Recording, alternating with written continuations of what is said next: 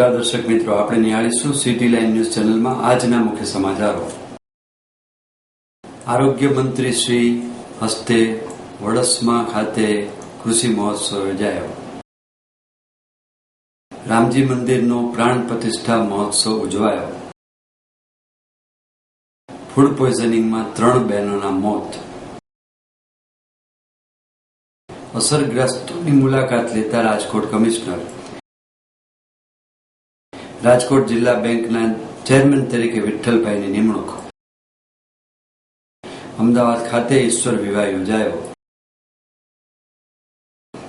આકૃતિ art gallery પ્રદર્શન।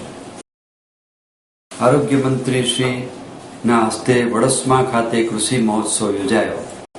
મહેસાણા તાલુકાના વડસમા ગામે કૃષિ મહોત્સવમાં ઉપસ્થિત આરોગ્ય મંત્રી શ્રી નીતિનભાઈ પટેલે જણાવ્યું હતું કે કૃષિ ઉપયોગી આધુનિક સાધનો, ઓજારો તથા પશુ સારવાર ચિકિત્સાના અદ્યતન ઉપકરણો રાજ્ય સરકાર સરળતાએ ખેડૂતો, પશુપાલકોને ઉપલબ્ધ કરાવશે તેવી પ્રતિબદ્ધતા વ્યક્ત કરી છે। આ સંદર્ભમાં તેમણે કહ્યું કે કૃષિ મહોત્સવ અને પશુ આરોગ્ય મેળાની રાજ્યવ્યાપી સફળ શૃંખલાને પરિણામે ધરતીપુત્રો તથા પશુપાલકોના અદ્યતન શોધ સંશોધનનો લાભ પોતાના ઘર આંગણે મળતો થયો છે। તેમાં અભિગમ વધુ સારી ઉપજ અને પશુ માવજત માટે પૂરક બનશે। મંત્રીશ્રીએ વધુમાં જણાવ્યું હતું કે તત્કાલીન મુખ્યમંત્રી શ્રી નરેન્દ્રભાઈ મોદીએ શરૂ કરેલ કૃષિ મહોત્સવથી રાજ્યના ખેડૂતોની આવકમાં 9,000 કરોડથી વધીને 1.10,000 કરોડ થઈ છે। આ ઉપરાંત કપાસની ઘાસનું ઉત્પાદન 25 લાખથી વધીને 1,24 લાખ થયું છે। રાજ્ય સરકારે ખેડૂતોની આપત્તિમાં મદદરૂપ થવા માટે 1,100 કરોડનું પેકેજ મુખ્યમંત્રી શ્રી આનંદીબેન પટેલે જાહેર કર્યું છે, જે અંતર્ગત વીજ માફી માટે ઉત્તર ગુજરાત વીજ કંપની લિમિટેડને 174 કરોડ રૂપિયાની ચૂકવણી સરકારે કરી છે। મંત્રીશ્રીએ કુદરતી સંશોધનોનો વિવેકપૂર્ણ ઉપયોગ કરી આધુનિક ખેતી પદ્ધતિ દ્વારા મબલક પાક મેળવવા ખેડૂતોને અપીલ કરી હતી। કૃષિ મહોત્સવના કાર્યક્રમમાં સ્ટેજ પરથી ખેતીવાડીના લાભાર્થીઓને ચેકનું વિતરણ કરવામાં આવ્યું હતું। મંત્રીશ્રીનું સ્વાગત ગ્રામજનો અને શાળાના ટ્રસ્ટીઓ દ્વારા કરવામાં આવ્યું હતું। મંત્રીશ્રીએ ગામની સુવિધા માટે મંજૂર કરેલ રસ્તાઓની વિગતો આપી માહિતી આપી હતી। કાર્યક્રમમાં જિલ્લા વિકાસ અધિકારી શ્રી એચ કે લાંઘા, તાલુકા પંચાયત પ્રમુખ શ્રી દશરથભાઈ પટેલ, જિલ્લા ખેતીવાડી અધિકારી શ્રી ભરતભાઈ પટેલ, જિલ્લાના કાર્યશ્રીઓ, પદાધિકારીશ્રીઓ, ગ્રામજનો અને ખેડૂતો ઉપસ્થિત રહ્યા હતા। રામજી મંદિરનો પ્રાણ પ્રતિષ્ઠા મહોત્સવ ઉજવાયો। મહેસાણા જિલ્લાના કડી તાલુકાના ખંડેરાવપુરા ગામે રામજી મંદિરનો પ્રાણ પ્રતિષ્ઠા મહોત્સવ ઉજવવામાં આવ્યો હતો। આ ધાર્મિક મહોત્સવમાં ઉપસ્થિત રાજ્યના આરોગ્ય મંત્રી શ્રી નીતિનભાઈ પટેલે જણાવ્યું હતું કે ખંડેરાવ ગામ શિક્ષણ, પ્રગતિશીલ ખેતી, સમાજ સેવા કે રાષ્ટ્ર સેવા દરેક ક્ષેત્રમાં દશકાઓથી કામ કરી રહ્યું છે। ખંડેરા વડગામના સંસ્કારો થકી મંદિરનું નિર્માણ થાય છે। મંત્રીશ્રીએ જણાવ્યું હતું કે આપણી પર પશ્ચિમી સંસ્કૃતિ હાવી થવા જઈ રહી છે, ત્યારે ભાવિ પેઢીને ઉત્તમ સંસ્કાર અને રાષ્ટ્રભક્ત નાગરિક બનાવવામાં આપણે પ્રયત્નશીલ રહેવું પડશે। આપણે ધર્મ અને સંસ્કૃતિના થતી સાચા નાગરિકનું સર્જન કરીએ। ભારતીય ધર્મ અને સંસ્કૃતિનો વારસો ભાવિ પેઢીને મળે તે માટે સંસ્કૃતિ તરફ પ્રયાણ કરવાની જરૂર છે। મંત્રીશ્રીએ ઉમેર્યું હતું કે આજે સમગ્ર દુનિયા ઈ માધ્યમ થકી નાની થઈ ગઈ છે, જેને પગલે હોલકોમાં હળવા મળવાનું બંધ થઈ જતા સંસ્કૃતિનું આદાન પ્રદાન નહિવત થઈ રહ્યું છે। આ સંજોગોમાં આપણે આપણા તહેવારોથી ધામધૂમથી ઉજવી નવી પેઢીને માર્ગદર્શિત કરવાની જરૂર છે। આ પ્રસંગે મંત્રીશ્રીનું ગ્રામજનો દ્વારા સ્વાગત કરવામાં આવ્યું હતું। કાર્યક્રમમાં લલિત કિશોર મહારાજ, મહંત અબ્બારામ દાસજી, પૂજ્ય દેવ મુરારી બાપુજી, ગુજરાત એગ્રો કંપનીના ચેરમેન શ્રી બાબુભાઈ જેબલિયા, પછાત જાતિ વિકાસ બોર્ડના ચેરમેન શ્રી જયંતિભાઈ બારોટ, અનુસૂચિત જાતિના વિકાસ કોર્પોરેશન ચેરમેન રમેશભાઈ સોલંકી, કડી તાલુકા પંચાયત પ્રમુખ, મહેમાન ભક્તો, ગ્રામજનો ઉપસ્થિત રહ્યા હતા। ફૂડ પોઈઝનિંગમાં 3 બહેનોના મોત।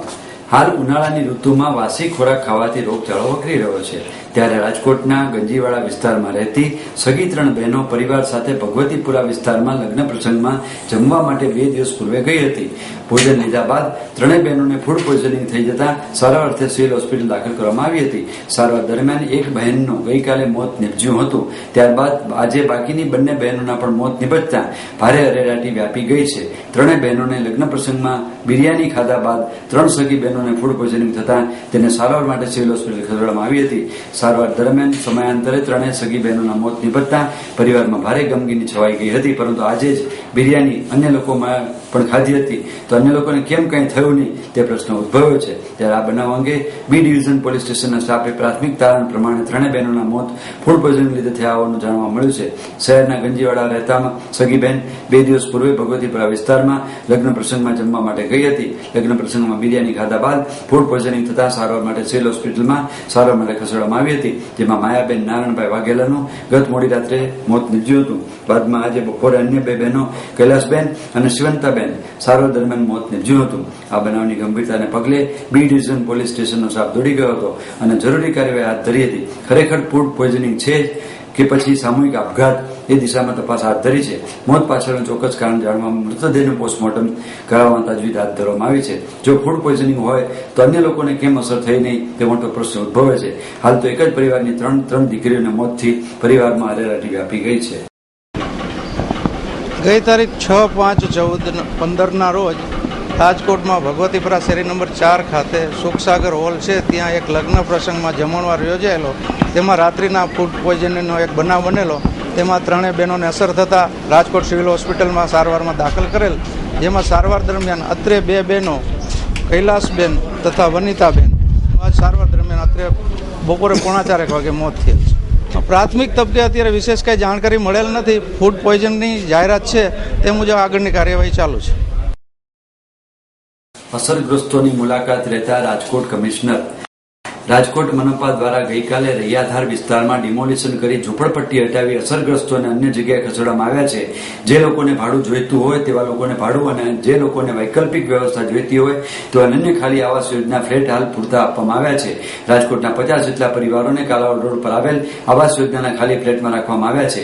આ તમામ પરિવારોને મળવા અને તેઓને પ્રાથમિક ધોરણે ઊભી થતી સમસ્યા જાણવા માટે કમિશનર વિજય નહેરા પોતે પહોંચ્યા હતા અને દરેક પરિવારોને રૂબરૂ મળીને મિટિંગ કરી તેઓને જરૂરત હોય તે જાણી હતી. લાઇટ, પંખા, પાણી સહિતની સુવિધાઓનો અભાવ હોવાની રજૂઆત મળતા તાત્કાલિક દરેક સમસ્યાઓ હલ કરવાની સૂચના કમિશનર દ્વારા આપવામાં આવી હતી અને અસરગ્રસ્તોએ પોતે નવી યોજના હેઠળ નવા મકાનો મળશે તે કમિશનરની જાહેરાતથી ખુશ થયા હતા અને અહીંયા પણ તેઓને ખૂટતી સુવિધાઓ ઊભી કરવા માટે કમિશનરે ખાતરી આપતા તેઓ ખુશ થયા હતા. જ્યારે કમિશનર પોતે પણ ગરીબ પરિવારોની ખુશીમાં તંત્રની ખુશી છે તેવો વિશ્વાસ વ્યક્ત કર્યો હતો અને જે ગરીબ પરિવારોએ ગઈકાલે સહકાર આપ્યો હતો તેઓનો આભાર માન્યો હતો અને આ અસરગ્રસ્તો સાથે તંત્ર સતત સંપર્કમાં રહેશે અને તેઓને કોઈ પણ પ્રકારની મુશ્કેલી નહીં આવે તેવી ખાતરી આપી હતી. એની માટે સારી યોજના કરી, પંખા લગાડ્યા, લાઇટ સુવિધાની વ્યવસ્થા કરાશે, પાણીની બધી સુવિધા સારી. સાહેબ ઘણો સાહેબનો અમે આભાર માંગીએ છીએ કે અમને સારી રીતે આ બધી વસ્તુઓને આ બધી અમારી માંગણી પૂરી કરે છે. એમને સારી વ્યવસ્થા સારી રીતે એથી સારું અમને રહેવા માટે મળ્યું છે. એમ અહીંયા સારી છે એમ વ્યવસ્થા, પાણીની વ્યવસ્થા સારી છે, લાઇટની બધી સુવિધા બધી કરી દે છે અને પંખા અત્યારે લગાડવામાં આવે છે. એમ ગઈકાલે રાજકોટ શહેરના રૈયાધાર વિસ્તારમાં મોટા પાયા ઉપર એક ડિમોલિશન કરવામાં આવ્યું હતું અને ત્યાં એક સારી યોજના અમલમાં આવનાર છે. એના ભાગરૂપે તમામ જેટલા પણ લાભાર્થીઓ છે એને વૈકલ્પિક વ્યવસ્થા કરવામાં આવી રહી છે. જો અગાઉથી જે અસામાજિક તત્વો છે એ બધા આ અડચણો ઊભી ના કરી હોત તો આ બધી પ્રક્રિયા ખૂબ જ સરળતાથી શાંતિપૂર્વક રીતે થઈ શકી હોત. આજે સવારથી કોર્પોરેશનના તમામ શાખાના જુદા જુદા લોકો અમે અહીંયા બિશપ હાઉસ પાસે જે એક અમારી હાઉસિંગ યોજના છે RMCની, એમાં 50 ફેમિલીઝને શિફ્ટ કરવામાં આવ્યા છે. બાકી ઘણી બધી ફેમિલીઝ જે છે એ બધા ભાડાના ચેક લઈ ગયા છે.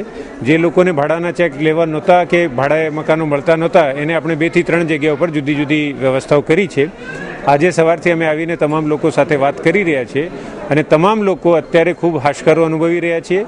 નાની એમની રજૂઆતો છે કે લાઇટ, પંખાની એ બધી આજે બપોર સુધીમાં, મોડા સાંજ સુધીમાં તમામનો ઉકેલ થઈ જશે. એટલે અમે આજે આ ગરીબ લોકો છે જેમના ગઈકાલે ઘર તૂટ્યા અને જેના માટે આ અસામાજિક તત્વો જવાબદાર હતા આવી પરિસ્થિતિનું સર્જન કરવા માટે, તો અમે આવા બધા કુટુંબો સાથે બેસીને જરૂર જણાશે તો આખો દિવસ અમારા અધિકારીઓ આવનાર દિવસોમાં પણ સતત આ કુટુંબોની સાથે રહેશે અને એમના આંસુ લૂછવા માટે દરેક અમારા અધિકારીઓ, કર્મચારીઓ, એજન્સીના માણસો સતત અહીંયા ખડે પગે ઊભા છે. અને ખરેખર જે ગરીબ માણસ હતા અને જે ત્યાં રહેતા હતા એને જ લાભ આપવામાં આવશે. અમે એક બાજુ તમામ યોજનાનો કાયદાકીય જોગવાઈઓ પ્રમાણે મક્કમતાથી અમલ કરવા માટે તૈયાર છીએ અને સક્ષમ છીએ. રાજકોટ જિલ્લા બેંકના ચેરમેન તરીકે વિઠ્ઠલભાઈની નિમણૂક. રાજકોટ જિલ્લા બેંકની થોડા દિવસ પૂર્વે ચૂંટણી યોજાઈ હતી. જો કે 17 બેઠકો પૈકી 16 બેઠકો બિનહરીફ જાહેર કરવામાં આવી હતી. જ્યારે એક બેઠક પર યોજાયેલ ચૂંટણીમાં વિઠ્ઠલભાઈ પ્રેરિત ઉમેદવારનો 87 મતે મેળવી વિજય થયો હતો. ત્યારબાદ આજે રાજકોટ જિલ્લા બેંકના ચેરમેન અને વાઇસ ચેરમેન પદની જાહેરાત કરવામાં આવી હતી, જેમાં વિઠ્ઠલભાઈની સતત 7મી વખત ચેરમેન પદે નિમણૂક કરવામાં આવી છે. જ્યારે વાઇસ ચેરમેન તરીકે વાઘજીભાઈ બોર્ડની નિમણૂક કરવામાં આવી હતી. તેઓએ ખેડૂતલક્ષી યોજનાઓને વેગ આપવાની અને ખેડૂતોની વારે રહીને તેઓના વિકાસમાં બેંક દ્વારા કામગીરી કરવામાં આવશે. વિઠ્ઠલભાઈને ચેરમેન પદે સૌ કોઈ વધાવી લીધા હતા અને હારતોરા કરી તેઓને શુભેચ્છા પાઠવી હતી. 1996 થી કાર્યરત બેંકના ચેરમેન પદે તેઓએ પોતાનું સ્થાન જાળવી રાખ્યું છે. ચૂંટણી બેનિફિટ કોઈ ચૂંટણીમાં મતદાન ચેરમેન વાઇસ ચેરમેન અને એમડીના ચૂંટણીમાં કોઈ મતદાન થયું નથી. બધું જ સર્વસામાન્ય રીતે થયું છે અને એક પણ ડિરેક્ટરનો કોઈ વાંધો નથી. બધા ડિરેક્ટરો અમારી પહેલા ચૂંટાણા છે અને ખાસ કરીને એક રાજકોટ જિલ્લા સહકારી બેંક એવી છે અને રાજકોટ જિલ્લા સહકારી માળખું એ સમગ્ર સૌરાષ્ટ્રમાં, ગુજરાતમાં નહીં, સમગ્ર દેશના લોકો જેની નોંધ એવું આ સારું માળખું ચાલી રહ્યું છે. અને મને એનો પણ આનંદ છે કે છેલ્લા 18 વર્ષે આ બેંકનો ચેરમેન છું. માણસો સત્તામાં તો આસ્તે આસ્તે એનો ક્રેઝ ઘટતો હોય, મતદાન કે વાંધો પડ્યો, મતદાન ઘટતું હોય, પણ 18 વર્ષ પછી જે આ સીટો એટલી બેનિફ થઈ, સતત 16 બેઠકો અને એક બેઠક ચૂંટણી, એમાં પણ શહેરી વિસ્તારના લોકોએ પણ, જે આ બેંક ગામડાની બેંક કહેવાય, શહેરી વિસ્તારના લોકો જેનું મતદાન સરાપી મળ્યું, એમાં પણ જબરદસ્ત તાકાતથી મત આપી અને શહેરી વિસ્તારના લોકોએ આ બેંકની ચૂંટણીમાં સમર્થન આપ્યું છે. ત્યારે મગફળી, કપાસ છે, જીરું છે, આ બધી વસ્તુ ગોડાનું ભરી દઈએ અમારી મંડીને તાળુમાં દઈએ અને અમે પૈસાને જરૂરિયાત પૂરતા પૈસા અમે ખેડૂતોને આપીએ છીએ. એ પણ ખેડૂત જ કરવું. તો આવી જે સ્કીમો છે એ સ્કીમોનો પણ ખેડૂતોએ લાભ લેવો જોઈએ, જેને કારણે આવા ફાયદાઓ મળી શકે. ઈશ્વર વિવાહ અમદાવાદ ખાતે યોજાયો. ઈશ્વર વિવાહ એટલે શિવ પાર્વતીનો વિવાહ. માતા સતીના પિતા દક્ષ પ્રજાપતિએ યજ્ઞ કર્યા ત્યારે શિવજીને આમંત્રણ આપ્યું નહોતું. તેથી શિવજીએ માતા સતીને પોતાના પિતાને ત્યાં યજ્ઞમાં જવાનું ના કહ્યું. ત્યારે માતા સતી પોતાના પિતાના પ્રેમને વશ થઈ યજ્ઞમાં ગયા. દક્ષ પ્રજાપતિને ત્યાં શિવજીનું આસન પણ નહોતું મુકાયું. તે જોઈ માતાજીને ક્રોધ આવ્યો અને તેથી માતાજી યજ્ઞના હવનકુંડમાં પોતાની જાતને હોમી દીધી. આખી સૃષ્ટિમાં હાહાકાર મચી ગયો અને શિવજી શોકમગ્ન થઈ ગયા. શિવજી અંતર્મુખ થઈ ધ્યાનમાં બેસી ગયા. તેથી આખા બ્રહ્માંડમાં આસુરી શક્તિનો પ્રભાવ વધવા માંડ્યો. તેથી વિશ્વને આસુરી શક્તિઓના દુષ્પ્રભાવથી બચાવવા માટે જગતના તમામ લોકો ભેગા થઈ ભગવાનને પ્રાર્થના અર્ચના કરી. પરંતુ આ આસુરી શક્તિના દુષ્પ્રભાવમાંથી જગતને શિવાંશ જ ઉગાડી શકે તેમ હોવાને કારણે દેવો અને ઋષિમુનિઓએ શિવજીને પ્રાર્થના કરી. વિશ્વના કલ્યાણ માટે શિવજીને ફરીથી વિવાહ કરવા માટે રાજી કર્યા. માતા સતી રાજા હિમાલયને ત્યાં પુત્રી પાર્વતી તરીકે ઉતરી ચૂક્યા હતા. નારદ મુનિ રાજા હિમાલયને ત્યાં ભગવાન શિવજીનું માંગુ લઈને ગયા અને પિતા હિમાલય અને માતા મેનાવતી માંગાને સહર્ષ વધાવી લઈ વિવાહને મંજૂરી આપી દીધી. આમ શિવ પાર્વતીના વિવાહને વર્ણવતું કાવ્ય આ ઈશ્વર વિવાહ છે. આવો ઈશ્વર વિવાહ તાજેતરમાં અમદાવાદમાં યોજાઈ ગયો. તુલસી વિવાહના મહત્વની જેમ જ શિવ ઈશ્વર વિવાહ પણ સૌરાષ્ટ્રમાં ખૂબ જ પ્રચલિત છે. આકૃતિ આર્ટ ગેલેરી પ્રદર્શન. વડોદરાની આકૃતિ આર્ટ ગેલેરી ખાતે મહારાજા રણજીતસિંહ ગાયકવાડની જન્મ જયંતિ નિમિત્તે એક કલાકારો તેઓના પેન્સિલ વડે ફોટા બનાવવામાં આવ્યા છે ત્યાં પ્રદર્શનમાં મૂક્યા. આ ફોટા બનાવતા 3 વર્ષ થયા છે ત્યારે 50થી વધુ ફોટા બનાવવામાં આવ્યા છે. આ ફોટા જેવા વડોદરાના નાગરિકો ખૂબ મોટી સંખ્યામાં જોવા માટે આવ્યા હતા. હા, memories of sir Ranjitsinh Gaekwad એવી રીતે થીમ પર મેં એમના 25 વર્ષ રાજ કર્યું એમને એના પર મેં આ એક્ઝિબિશન રાખ્યું છે અને આનો થીમ છે એમને બાયોપિક પર બનાવ્યું છે અને એમાં ડ્રોઈંગ્સ ચારકોલ અને પેન્સિલથી કાગળ અને કેનવાસ પર બનાવેલા છે અને આના અંદર એમના 77મો જન્મદિવસ ઉજવાઈ રહ્યો છે. તેના ઉપલક્ષમાં 10 ગ્રામ ચાંદીનો સિક્કો પણ બહાર પાડેલ છે, જે આપ જોઈ શકો છો. આ બધું કરવા મને 3 વર્ષ લાગ્યા. ટોટલ 25 ડ્રોઈંગ્સ છે એમાં મૂકેલા. ચંદ્રશેખર પાટીલ. આપ નિહાળતા રહો સિટી લાઈવ ન્યૂઝ ચેનલ. આ હતા આજના મુખ્ય સમાચારો.